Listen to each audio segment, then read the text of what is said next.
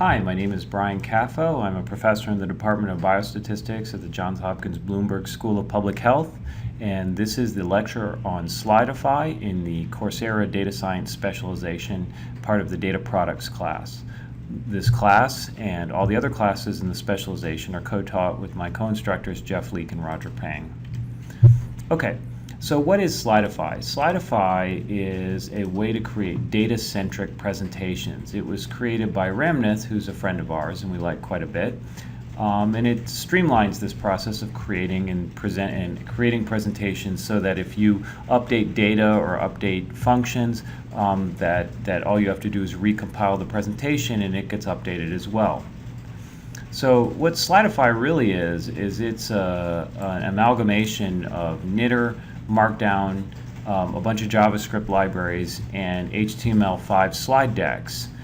So you might have seen, if you're very familiar with some modern HTML presentations, there's kind of a thriving community developing very nifty HTML5 slide decks, and Slidify is leveraging that and then making it so that you don't have to sort of know all the ins and outs of HTML5 and JavaScript, that you can just do it directly in R.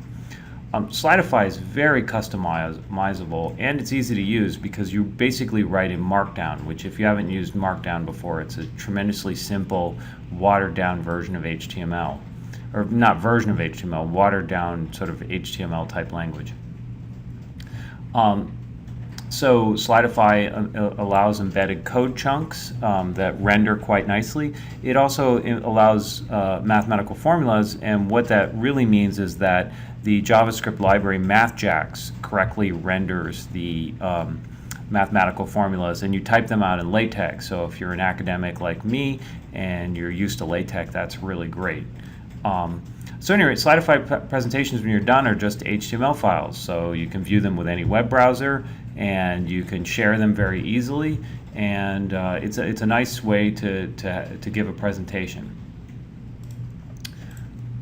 I find it's actually quite nice when I go give presentations to do them in Slidify, because usually there's already a computer at the lectern, and I just go to my website. I usually host the Slidify presentation directly off of GitHub, and so I usually don't even have to bring a drive to transfer my presentation on. Okay, so getting Slidify. So it's super easy. Fire up R or RStudio. I like to do it in RStudio. Make sure you have dev tools installed, which is on CRAN. So if you can do install.packages to get dev tools. In fact, here's the command right there. And then you want to make sure it's loaded, so library dev tools. Then you need to install Slidify. Ramnath is really developing very actively, so he doesn't seem to put it on CRAN. It's still on GitHub. So you can do install.github, which is a function from DevTools, and Slidify, and that's the username that it's looking for in GitHub. And then Slidify libraries is just exactly as it sounds, a bunch of library files that Slidify needs to run. And then you load libraries Slidify. So now let's start creating some slides.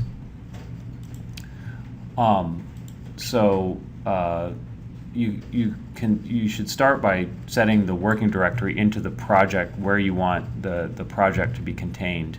I actually kind of like doing this in RStudio now. Instead of doing setwd, I just do session and then setting the working directory to the file that I'm working on.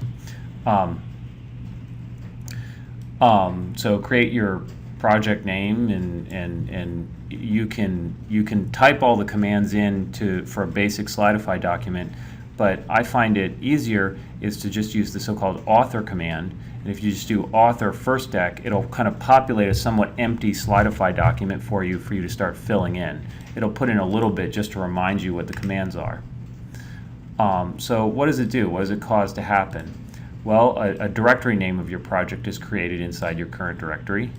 Inside of this directory is an assets directory and a file called index.rmd. That's the markdown file that you'll edit to create your Slidify documents.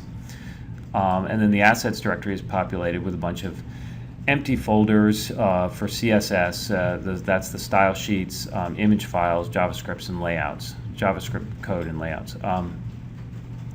And so what you're going to do is populate this R Markdown file and then run slidify to run it. So any of the customization, you should put in those directories. And if you're not really terribly familiar with web development, then I wouldn't bother with those. You can just sort of dig around for style and maybe use other people's open source style files. But if you really know, then that's where you would dig around. Okay.